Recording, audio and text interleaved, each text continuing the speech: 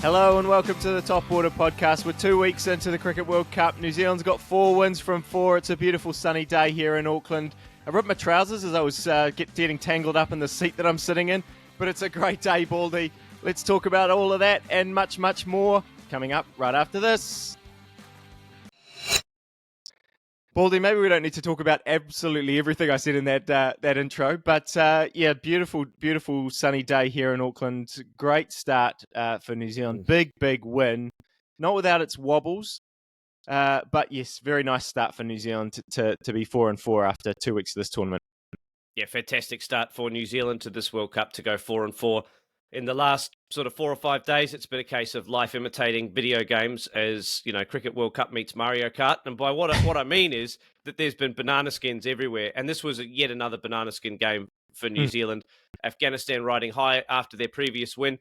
Let's start with the start of the game and the decision to bowl first for Afghanistan. A strange one. Yeah, I think so.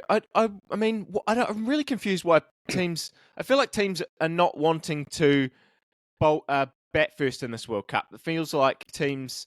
They've talked a little bit about it in commentary, whether it's the T20 factor or whatever it is. Sort of everyone feels more comfortable now chasing, and I guess with Dew as well around, people aren't quite sure, is that going to be a factor? Is it not going to be a factor? So maybe if we bowl first, then we'll know what we have to chase and all of that kind of stuff. But I think it had a big part to play in this game. We're about to talk about, go through it step by step and lots of different things. But yeah, I think at the way that it started to turn later on in the day, I think Afghanistan is sitting back thinking, gee, we would have liked to be chasing, or we would have liked to be bowling second on that pitch. Yeah, it's very difficult to predict the impact that Dew's going to have on the bowling conditions, because if you've got a team that's full of spinners and the Dew does set in and the ball becomes slippery, obviously very hard to get purchase and turn. But if it doesn't, then you end up with a situation like we were in where New Zealand were able to exploit those bowling conditions. I think for Afghanistan, though, if I were them, I would be wanting to do... I'd be wanting to delay the trump card that I have as long as possible, and that's my spin bowling. So maybe they wanted to go, well, actually, our spin bowling is our strongest suit. We want to play our strongest card that we've gotten in the deck early on in the trick, and that's why they chose to bowl first. Restrict New Zealand to a gettable score. Gurbutts and Ibrahim, etc. go big at the top. And we make light work of the chase. But I think for them, actually, the method that worked for them was the method they employed against England. Attack early, set a great target, and then use their spinners to try and really put a lot of pressure on the chasing batters. Not to be. New Zealand did bat first, got away to a pretty good start.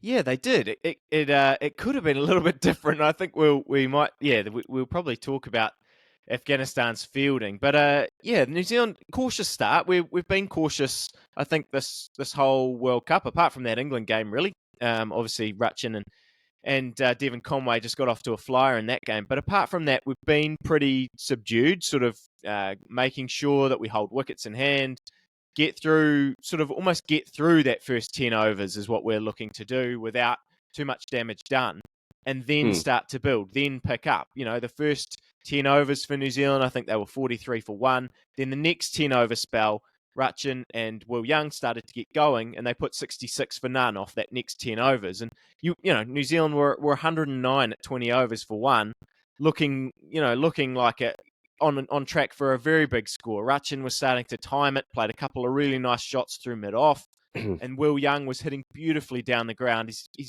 very, very good at that shot, coming down the wicket off spinners, hitting back over their heads for 6. And he played, some really, really good shots. They attacked Mohammad Nabi, put him under pressure. I think he went for about 25 off his first 3 overs. So, yeah, it was all looking very rosy for New Zealand at the 20-over mark. It was. And to be fair, Afghanistan dropped some pretty easy chances early. There was a catch to cover that really should have been taken at international level. There was a catch to slip that was dropped that was probably should have been taken at international level. I think Afghanistan will be very disappointed with their catching in this game, and in the first 10 overs in particular, where they had an opportunity to put a top order that's in form under real pressure. They were able to do that in the 20th over. You know, Ravindra, then Will Young, then Mitchell all go. Mitchell's dismissal was pretty soft. But, you know, you go from 100 for 1 to 110 for 4, or 109 for 1 to 110 for 4 in the space of an over and a half. And there's now a lot of work to do for a middle order that hasn't had a lot of batting in this World Cup, and they really had to consolidate. And it took them about 10 overs to do it, right? So, you know, Afghanistan were able to put a 10-over spell together where they only conceded sort of 20, 30 runs in that time, and New Zealand had to really work their way out of trouble. But they did that. Yeah, and you're spot on, because New Zealand, I think they went 10 overs without a boundary. I think they 29 for 3 off that, 21 to 30 spell. It was pretty tough going, and New Zealand was really struggling to rotate the strike. Afghanistan's spinners, Nabi came back on, started whizzing through some overs. Rashid Khan bowled very tightly, as he generally does, and yeah, it was really, really hard for New Zealand to get away, and Afghanistan, they're going to take a lot of stick for their fielding. Their fielding was, you mentioned a couple there. Will Young was on 1 when he was dropped. Rachin Ravindra was on 0. There was later examples in the 40th over and all of that kind of stuff where they dropped some, even easier chances on Tom Latham. But they bowled really well. Their bowlers did a wonderful job, and all the way through, a couple of the last 6 overs for New Zealand we might talk about as well. But Afghanistan did a lovely job. And what you guys talked yesterday, I think, about that New Zealand middle order and the fact that they hadn't had many opportunities to actually, contribute in this World Cup. They hadn't been needed. And I think when I look at this game, I'm really, really delighted, because we had to fight. We had to fight really hard to put up that score, but they did. They took their time, and they kind of knew that once they got going and once they got in, they could cash in later on in that innings. And they really did. It was a terrific performance from Raj yesterday to suggest that the New Zealand middle order weren't going to get a bat. A wonderful piece of butterfly effect work from him there to ensure that Latham, Phillips, Chapman and Santner all got some time in the middle against Afghanistan. And as you say, terrific for New Zealand's long-term World Cup prospects, that those guys were all able to get in and make valuable contributions, notwithstanding that they probably all, or not all of them, but most of them should have been out early doors, right? Afghanistan, as good as their bowling was, and it was fantastic, in terms of being able to bowl really tight and restrict a powerful New Zealand middle order, their fielding really let them down. And it could have been a very, very different chase for Afghanistan. We need to give credit to New Zealand's batters. They did terrifically. I thought, Glenn Phillips was excellent. Tom Latham was excellent in terms of being able to steady the ship. And I think that's the value of having him in the lineup at that number 5 position. If they are in a bit of poo, he can apply a bit of red ball, bat long periods, a bit of nous about his game, and he could also go through the gears as well. So I think he's a perfect man for New Zealand at that number 5 position. You're spot on there with Latham, because he's a very versatile player, and I don't think we really talk about his one day batting, nearly enough, and he does offer those different aspects, and the calmness, I think, is something you pointed out there, because Phillips was man of the match in this game. He's the one who hits the big sixes near the end of the innings, and probably is the one that when people look through those highlights, they'll think, oh, gee, that was a great Glenn Phillips innings.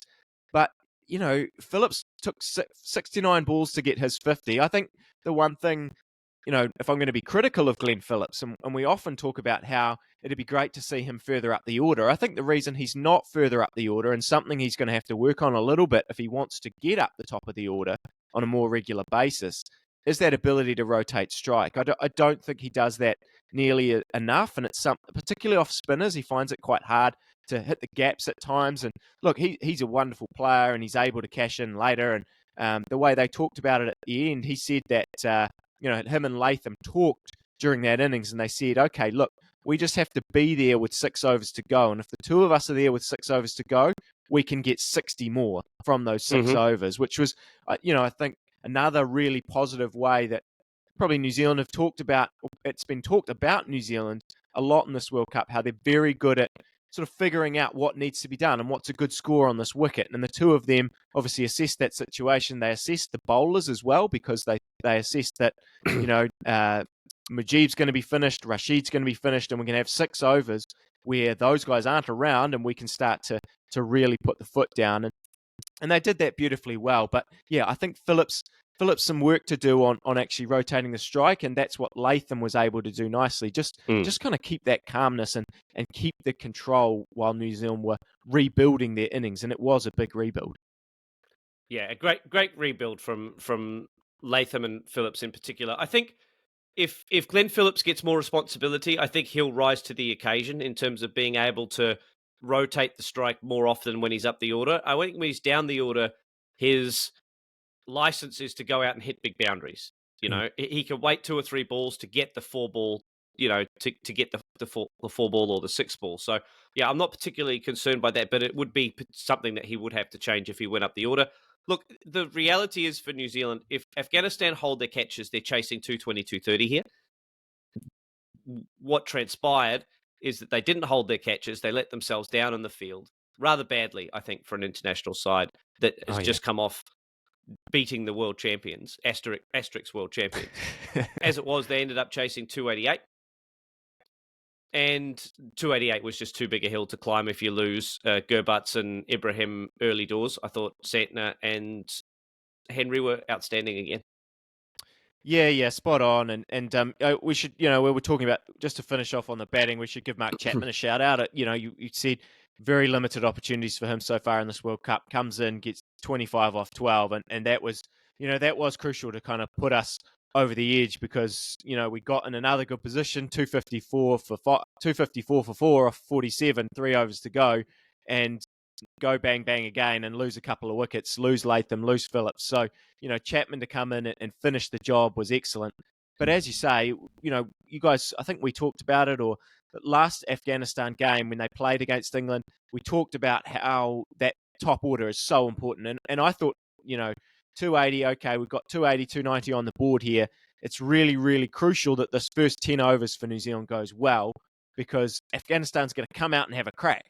And then they didn't really. Like, New Zealand bowled really, really well, but Gurbatz, I thought he was going to go. I thought, Afghanistan will come out here and they will really try and make sure that they will try and go, okay, well, we want to be on 70 after 10. We want to really put, get going. And maybe he was just about to do that, because, I think he was 4 off his first 18 balls. In the 6th over, he hits Matt Henry back over his head for 6. Beautiful shot. And then Matt Henry pulls out a beautiful, beautiful delivery to go through the gate and hit the stumps. And yeah, from then on, next over, Trent Boult gets a leading edge. Afghanistan 2 for 27. Lockie Ferguson bowls a short one. Mitchell Santner takes a stunning catch. We talked about some terrible fielding in this game. That was a beautiful catch from Mitch Santner to get the 3rd wicket in at 43 for 3. It was always going to be pretty tough work for Afghanistan from there. Yeah, absolutely. Big hill to climb at 40 for 3. I want to give Henry and Boult credit up the top, though, because we saw in the England game, Gurbatz in particular, but also Ibrahim, murdered anything, ferocious on anything that was wide or short. They didn't get anything in those areas. They might have got 1 or 2, maybe. But New Zealand were really, really disciplined with the lines and lengths that they bowled to those 2 openers, kept them in check. And it was a terrific piece of bowling from Matt Henry, who I now think is the leading wicket taker in the World Cup. So he certainly was when he made that Santner. dismissal. I think it's Santner. Santner might have gone past him at the back end of the innings. But those 2 guys have been outstanding for New Zealand. We saw a swing from Trent Boult. I was really impressed with the return from Trent Boult. Came back, got a key wicket when they needed it. Yes. 2 for 18 off his 7. A terrific return from him. We haven't seen as much from Trent Boult over the course of this World Cup. He's been a little bit quiet, but that is a terrific return from Trent Boult. And not that he needed it to, but that will give him a lot of confidence going forward. Yeah, look, those three seamers now, because I think we can throw Lockie Ferguson in the mix with the way he's bowled in these last couple of games. Those three seamers are doing a great job, and I think when we were thinking about this World Cup, there was a lot of who is going to be that third seamer for New Zealand. How are we going to manage this bowling attack? I assumed that we're in India, Sodhi will play a lot of games, but they've decided to go with Lockie in these last couple of games, and it's really paid off. And these three seamers, if they're going well, if we can bank on Mitch Santner to go well, then that's 40 overs just about that you can go, okay, New Zealand's going to do a very professional job with these 40 overs. Yes, we're having to find another 10, and Rachin again was, had his moments today, got an important wicket when, right when it seemed like he was starting to go for a few runs. But still, when it's sixes, it's a challenge for him at times just to keep his control. He does, I really like the way he bowls. I think when he gets it right, he looks really, really good. Phillips obviously can come in and bowl a few overs. You guys have talked about the quality of New Zealand's spin attack and how important Glenn Phillips has been to that throughout this World Cup so far. But yeah, look, New Zealand's bowlers deserve a huge amount of credit to come in again and kind of figure out what was needed on that pitch. I think what the Afghanistan bowlers did is they bush bowled stump to stump. You said it before. They didn't give width. And New Zealand, again, came back and did that with their seamers, figured out, the need to bowl short at times on that wicket, and then it started to spin. And Mitch Santner took full toll of that later on in the innings. Absolutely. And just to give those New Zealand bowlers some credit, so Henry bowled 5 overs, bowled 22 dot balls in those 5 overs. Bolt bowled 7 overs, bowled 32 dot balls. Wow. Ferguson bowled 7 overs, bowled 32 dot balls. So wow. a terrific job by New Zealand seamers to bowl 75% of the deliveries they bowled to those Afghani batters were dot balls. Also, probably on the flip side, Afghanistan were in a hole quite a bit, had to dig their way out, couldn't afford to take too many risks with quick singles and so forth. But just a case of New Zealand being able to use their seam bowlers this time to put a bit of a run rate squeeze on Afghanistan. Can we talk about Afghanistan? Can we talk about Santner's ball to Mohammad Nabi, please? Oh. Just as one spinner to another. Oh, that gave me absolute delight on the replay this morning. It's gonna be replayed in my house quite a few times today, I think, and maybe even over the next couple of days. Yeah, that's what you dream about, isn't it? Your pitches on middle and leg, spins across the batter is the key part. Spins across the batter and hits the top of off stump. Just you know how much I love through the gate, but that's also a lovely way to get a wicket. And I mean, as I said before, it started to spin, and that's kind of why I think that Afghanistan will be thinking we should have batted first, and because even Rashid got one to really bite to Glenn Phillips later on in the New Zealand innings. Glenn Phillips, he's a classic Glenn Phillips. The ball's spinning past him and he's already going, oi! He's commentating the delivery as it goes past him. He's fantastic. But yeah, look, that Santner ball was beautiful, and that Santner catch, Henry through the gate. Yeah, I think there's a few really awesome moments in that innings for New Zealand to look back on the highlights. Yeah, like as I said, people are going to look back at that highlights and think, gee, what a wonderful win for New Zealand, and it was a wonderful win, and you mentioned run rate before, the way they finished the job really quickly when Afghanistan 134 for 7 or whatever it was, and New Zealand went out and finished the job, and they're all out 139. So that's a big boost to the net run rate again, which may come in handy later on. So yeah, very professional job, but yeah, a few wobbles along the way. A few wobbles along the way, but I think they'll be so pleased that they got contributions from their middle order, and that guys like Mitchell Santner, who, if you have a look at the names on paper of all of the famous spinners in this World Cup, Mitchell Santner's probably not in the top 6 or 7 names in terms of, box office household names as far as spinners is concerned. But in terms of the way that he's bowled in this World Cup, the returns that he's got and the impact that he's had for New Zealand, he's been just about the best spin bowler at this World Cup from an MVP for his team point of view. He has been so important to New Zealand's success that he is, for mine, the most important spinner for their own side in this World Cup so far. Yeah, look, he's been so good, and having to carry that mantle of our lead spinner and not having another one alongside him. They showed the ODI rankings, bowling rankings in that during the commentary of that, and those three Afghanistan spinners are in that top 10. New Zealand's two people that feature in that top 10 are Bolt and Henry. So like you said, Santner's he's not the box office kind of spinner. He doesn't generally spin it huge, but the way he's managed himself. We've talked about him I think it's a credit to him that every single time we've talked about New Zealand, we make a special mention to talk about Mitchell Santner's spell, because he's doing such a lovely job with pace, with his control, with everything that he's going about. And yeah, I mean, even hits a four off the last ball to sort of give New Zealand a bit of extra momentum. Hit some runs against the Netherlands to give New Zealand's innings a bit of momentum going into that next thing. So yeah, he's doing a lovely job, and if he can continue that, we're gonna go far in this tournament if he can keep the way he's playing. And yeah, usually now at this point in the podcast, we do start to look ahead. It now shapes as a mouth-watering clash on Sunday night for New Zealand against India, and then Australia after that. So yeah, New Zealand's done a great job. I think people talked about our draw to go, to have England first and then three sides who they were on paper expected to beat. You mentioned banana skin before. I think we're almost at the point where, there's no banana skins, because all of these sides can beat each other on their day.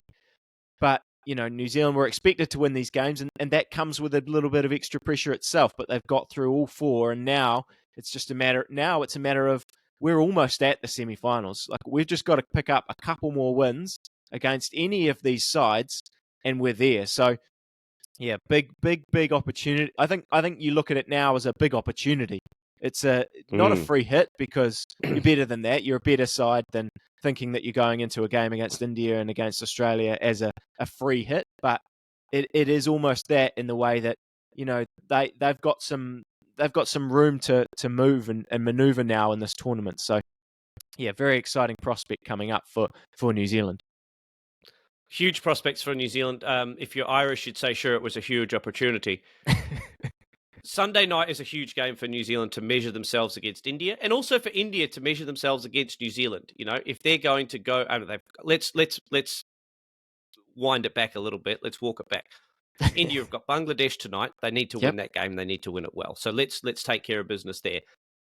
But then we look ahead to Sunday's game against New Zealand. That will be, I think, the first time that India will come across a side that's in consistent form in the competition. Australia have been inconsistent. Afghanistan have been inconsistent. Pakistan have been inconsistent. They've beaten all of those sides so far. On Sunday, India will come up against a consistently good New Zealand side that will put them under pressure. And I think it will be really interesting to see how both sides react to that, how both sides cope with losing 3 for 10, being in a little bit of trouble, etc., etc. We've seen India do a good job of being 3 for 10 against Australia and then come home, even though it was a smaller chase than I think they should expect to have against New Zealand. So India, New Zealand Sunday will be terrific. But let's have a look at the slate of the games Thursday night through Saturday night. We've got India, Bangladesh tonight, which will be a huge game. We expect a massive turnout for that. Then we've got Australia, Pakistan on the 20th, and then a double header on Saturday night, England, South Africa, which will be huge, and the Netherlands, Sri Lanka, which, even though both sides are at the bottom, the Netherlands, on the back of their victory against South Africa, will be fancying themselves. So the next 3 days in this World Cup prove, or should hopefully hold, some terrific games of cricket. Oh, spot on, and those are the games that what we expect will have a big part to play in how this tournament shakes out to the later part of the of the tournament and moving into the semi-final stages. Because I think New Zealand and India aside, all the other teams in this tournament are well in the mix for that semi-final spot, and they're all actually got points to prove. You said before, a lot of them have been inconsistent at different parts of this tournament and showed good signs and showed bad signs at times as well. So yeah, it's an exciting couple of days coming up for this World Cup, and an exciting few days to be a Black Caps fan, thinking about what's up ahead for us. Absolutely. And just on those sort of Bangladesh, Netherlands, Sri Lanka, and also Afghanistan as well to a certain extent, those sides will also be competing for, can we sneak into that fourth spot in the semi-finals? They'll also be competing against each other. You know, can we get to fifth spot, sixth spot? They don't want to be the side that ends up 7, 8, 9, 10 in that World Cup standing. So there's a lot to play for those sides, even if maybe mathematically in the next two games the semi-finals becomes out of contention. Sri Lanka in particular won't want to finish last in this tournament. Absolutely not. They'll have a point to prove against the Netherlands on Saturday. So even though maybe some sides aren't going to feature in the semi-finals, they've still got a lot of point to prove. And there's going to be some good cricket played along the way. Let's hope that the fielding standards pick up a little and we get to see some really exciting close finishes. Yeah, close finishes. That's what we're missing so far in this World Cup. So hopefully we get that over the next couple of days. I think that's probably enough for us for this beautiful Auckland morning. Let's reiterate again, New Zealand top of the table, unbeaten, 4 from 4. We're all very happy here in Auckland. Hope you guys are happy as well. Enjoy the rest of your day, and we'll see you again tomorrow morning on the Top Order podcast. Thanks for listening.